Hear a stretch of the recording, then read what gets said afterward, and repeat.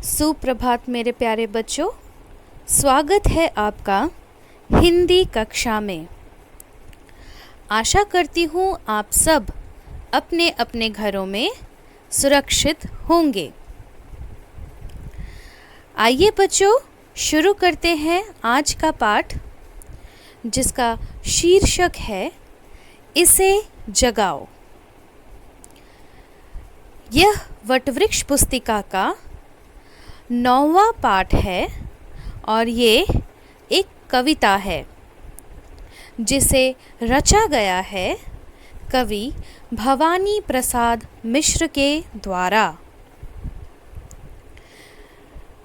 तो आइए बच्चों, शुरू करते हैं कविता इसे जगाओ। बच्चों, प्रस्तुत कविता द्वारा समय के महत्व के बारे में बताया गया है। जीवन में प्रत्येक कार्य का समय निर्धारित किया गया है, जिसका पालन करना अति आवश्यक है। समय का पालन कर सफलता प्राप्त करना आसान होता है। जो समय का पालन नहीं करता, वह जीवन में पिछड़ जाता है। बच्चों, हम सभी को अपना हर एक काम सही समय पर करना चाहिए। यदि हम सही समय पर सही काम नहीं करेंगे तो सफलता प्राप्त करना हमारे लिए कठिन हो जाएगा। मुसीबतें आएंगी वो अलग, परंतु सफलता भी आसानी से प्राप्त नहीं हो पाएगी। इसीलिए हमेशा हमें यह कोशिश करनी चाहिए कि हम समय का पालन कर सके, ताकि जीवन में कभी हम पिछड़ ना जाए। तो आइए बच्चों, शुरू करते हैं पाठ इसे जगाओ। भाई सूरज, जरा इस आदमी को जगाओ। भाई पवन, जरा इस आदमी को हिलाओ। यह आदमी जो सोया पड़ा है, जो सच से बेखबर सपनों में खोया पड़ा है। भाई पंछी, इसके कानों पर चिल्लाओ। भाई सूरज, जरा इस आदमी को जगाओ। वक्त पर जगाओ, नहीं तो बेवक्त जागेगा यह। तो जो आगे निकल गए हैं, उन्हें पाने घबराकर भागेगा यह। घबराकर भागना अलग है, क्षिप्र गति अलग है। क्षिप्र तो वह है जो सही क्षण में सजग है। सूरज इसे जगाओ, पवन इसे हिलाओ। पंछी, इसके कानों पर चिल्लाओ। जरा इस आदमी को जगाओ। तो बच्चों, यहाँ पे कवि सूरज, पवन, पंछी से यह आग्रह करते हैं कि आदमी को सजग बनाए, आदमी के अंदर की जो क्षमता है उसे जगाए। आइए बच्चों, इसे एक और बार पढ़ें और इसका अर्थ समझें। भाई सूरज, जरा इस आदमी को जगाओ। बच्चों, कवि यहाँ पे सूरज से निवेदन करते हैं कि आदमी को वो जगाए, क्योंकि सूरज के उगने के साथ, सूर्योदय के साथ हम अपनी नींद को भी त्यागते हैं। हम अपने नींद से जागते हैं। सारी रात के अंधेरे के बाद जब सूर्योदय होता है तो हम भी अपने जीवन में एक नई दिन की शुरुआत करते हैं।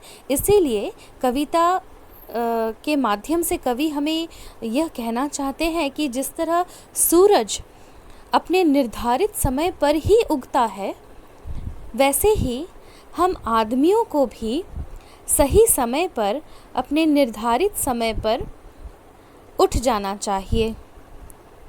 कभी भी हमें थोड़ी और कहकर नींद को टालनी नहीं चाहिए। हमारे उठने को या सजगता को हमें टालनी नहीं चाहिए।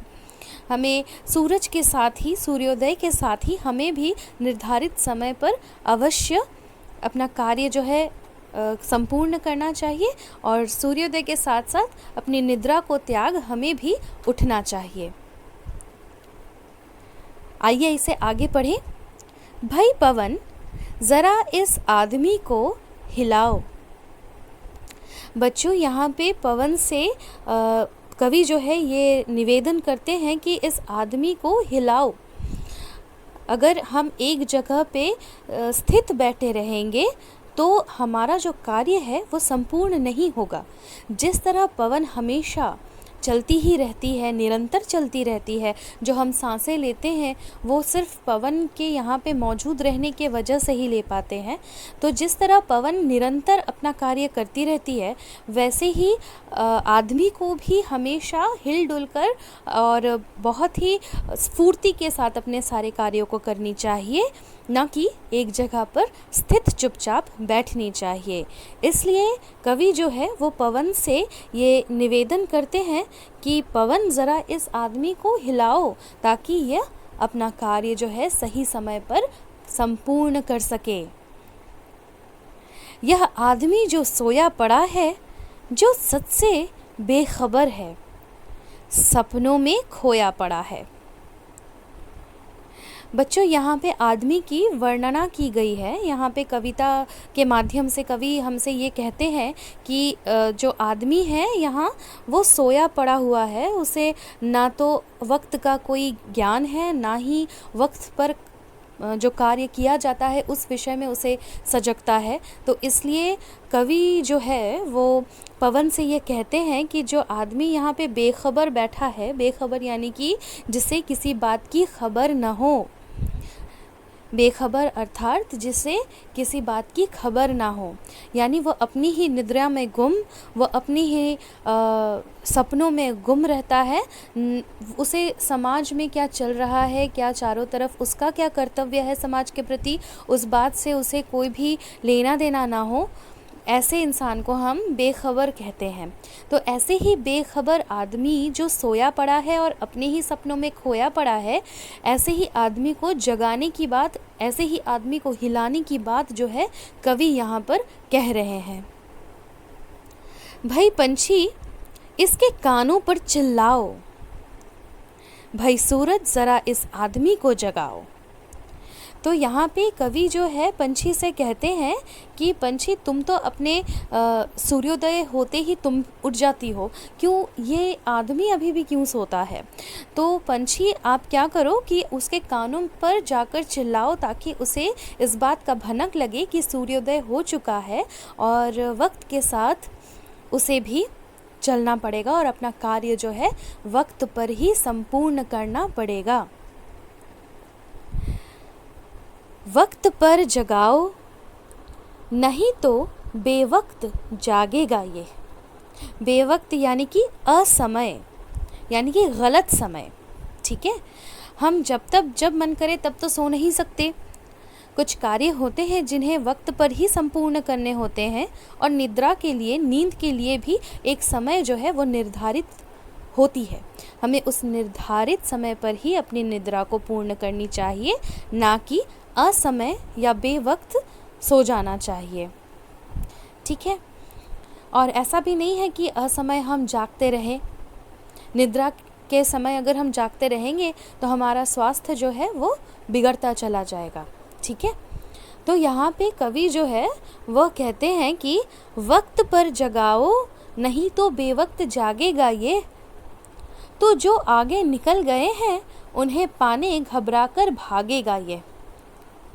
तो बच्चों, यहाँ पे कवि कह रहे हैं कि जिस वक्त कोई आदमी सो रहा होता है, उसी वक्त जिसको समय की कदर है, जो जानता है कि समय पर ही कार्य संपूर्ण करने से उसे अपनी जो मंजिल है वो प्राप्त हो जाएगी, वो तो अपना काम अपने सटीक समय पे करता रहता है। और जो आदमी ये नहीं जानता कि किस समय पर उसे कौन सा कार्य करना चाहिए, वो सोता रहता है। जब वो अपनी निद्रा पूर्ण कर उठता है तब उसे पता चलता है कि उसी के साथ रहने वाला साथी उससे कई आगे तक निकल चुका है। तब वह घबरा करके जल्द से जल्द भागने की कोशिश करता है और उस मंजिल को पाने की कोशिश करता है। और जब वो ऐसा कार्य करता है तब वह कोई ना कोई गलती या गड़बड़ ज़रूर कर बैठता है। इससे वह और भी पिछड़ जाता है। वो कहते हैं ना, हड़बड़ी में गड़बड़ी। तो हड़बड़ी में यदि हम कोई कार्य करेंगे तो उसमें गड़बड़ तो ज़रूर होगी। इसलिए वक्त रहते वक्त पर ही हमें हर कार्य को संपूर्ण करनी चाहिए। घबराकर भागना अलग है, क्षिप्र गति अलग है। बच्चों, यहाँ पे क्षिप्र गति का अर्थ है तेज गति। तो यहाँ पे कवि हमें ये कहते हैं कि आप तेज़ गति से चल सकते हो, आपकी गति जो है वो तेज़ हो सकती है। इसमें कोई क्षति नहीं है, क्योंकि आपको पता है कि आपको किस दिशा में जाना है। तो आपकी गति चाहे कैसे भी हो, आप उस दिशा में ही आगे बढ़ोगे, आपकी दिशा जो है वो आप भटकोगे नहीं। लेकिन यदि आप घबरा कर भाग रहे हो तो ना आपको दिशा का पता होगा और ना ही वक्त का कोई पता होगा। तो यदि दिशा का कोई पता ना हो तो फिर तो मंजिल आपको कभी मिल ही नहीं सकती।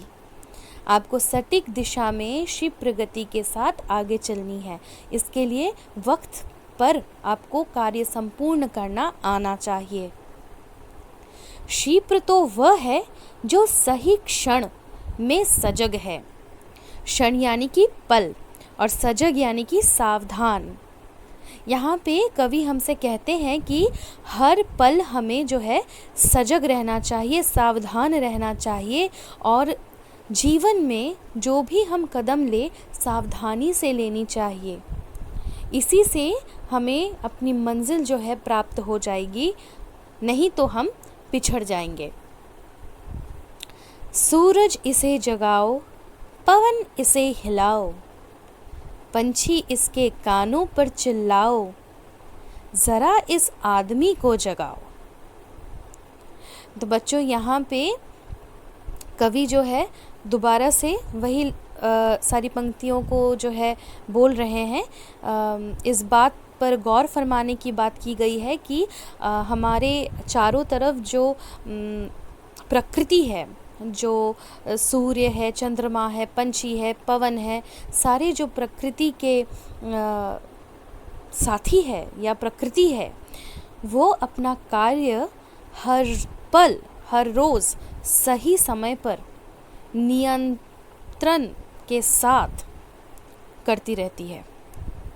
तो वो सावधानी भी बरतती है और वो सजग भी है, वो हर क्षण काम भी करती रहती है और क्षिप्र गति भी उनकी है।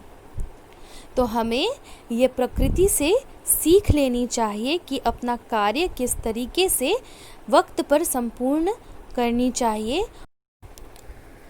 तो बच्चों, आशा करती हूँ आपको यह पाठ समझ आई होगी।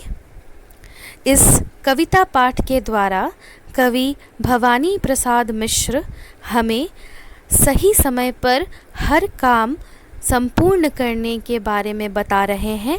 प्रकृति से यह सीख लेने के बारे में बोल रहे हैं कि निरंतर नियंत्रण में रहकर किस तरह कार्य संपूर्ण करना चाहिए।